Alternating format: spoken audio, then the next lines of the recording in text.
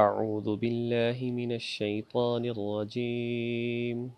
بسم اللہ الرحمن الرحیم وَإِذْ تَأَذَّنَ رَبُّكَ لَيَبْعَثَنَّ عَلَيْهِمْ إِلَى يَوْمِ الْقِيَامَةِ مَنْ يَسُومُهُمْ سُوءَ الْعَذَابِ إِنَّ رَبَّكَ لَسَرِيعُ الْعِقَابِ وَإِنَّهُ لَغَفُورٌ رَحِيمٌ صدق اللہ العظیم۔ وَإِذْ تَأَذَّنَ رَبُّكَ، اور اس وقت کو یاد کرو جب آپ کے پروردگار نے اعلان کیا، لَيَبْعَثَنَّ عَلَيْهِمْ إِلَى يَوْمِ الْقِيَامَةِ، کہ ضرور بالضرور ان پر قیامت کے دن تک کوئی شخص مسلط رہے گا، مَن يَصُومُهُمْ سُوءَ الْعَذَابِ، کہ جو ان کو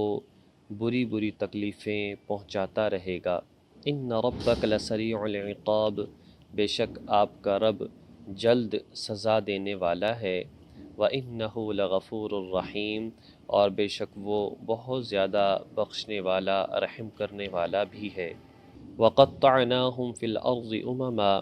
اور ہم نے اس زمین میں مختلف جماعتوں میں ان کو بانٹ دیا، ان یہودیوں کو۔ وَقَطَّعْنَاهُمْ، اور ہم نے ان یہودیوں کو بانٹ دیا، فی الارض، اس زمین میں، امماً، مختلف جماعتوں میں، مختلف گروہوں میں، تنظیموں میں، منہم الصالحون، ان میں سے کچھ لوگ نیک بھی ہیں، ومنہم دون ذالک، اور کچھ لوگ دوسری طرح کے بھی ہیں، یعنی کہ شر پسند ہیں، کافر ہیں، یہود ہیں، نقصان پہنچانے والے ہیں۔ وَبَلَوْنَاهُمْ بِالْحَسَنَاتِ وَالسَّيِّئَاتِ، اور ہم نے ان کو آزمایا اچھے حالات کے ساتھ بھی اور برے حالات کے ساتھ بھی، لعلہم یرجعون، تاکہ یہ لوگ سیدھی راہ کی طرف لوٹ آئیں۔ اس سے قبل آیات میں بنی اسرائیل کے انعامات کا ذکر تھا کہ جب میدان تیہ میں یہ پریشان ہوئے تو اللہ تبارک و تعالیٰ نے کہیں پر دھوپ کو ختم کرنے کے لیے بادل کا سایہ فرما دیا، کہیں پر پانی کی پریشانی کو دور کرنے کے لیے 12 چشمے جاری فرما دیے، کہیں پر کھانے کی پریشانی کو دور کرنے کے لیے منسلوہ نازل فرمایا،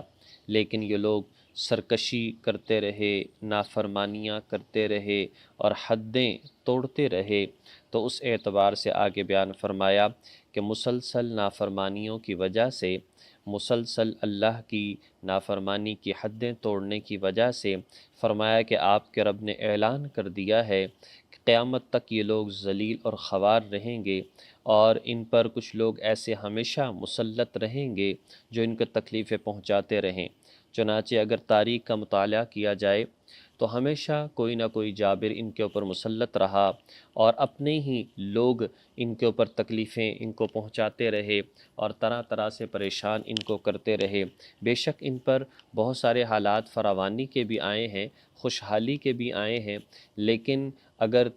تقابل کیا جائے تو زیادہ تر حالات پریشانی کے ان پر رہے ہیں۔ اور پھر یہ بھی ہے کہ اللہ تبارک و تعالیٰ نے ان کو مغضوب علیہم، یعنی غضب شدہ یہ لوگ ہیں، اور ہمیشہ جو ہے مجموعی طور پر دیکھا جائے تو پریشانی کے اندر یہ لوگ رہے، اور اگر اس وقت میں تھوڑی سی طاقت ان کو حاصل ہوئی ہے وہ بھی آخرت کی تیاری کے لیے، کہ تاکہ جب دجال آئے گا اس کا یہ ساتھ دیں گے، اور پھر اللہ تبارک و تعالیٰ امام مہدی کو بھیجے گا، حضرت عیسیٰ علیہ السلام کو بھیجے گا، اور تمام یہود کو دجال سمیت ختم کر دیا جائے گا۔ جو آج طاقت حاصل ہو رہی ہے اور سب سے زیادہ یعنی اسلحہ کے اعتبار سے دنیا میں تیسرے نمبر پر یہ لوگ ہیں،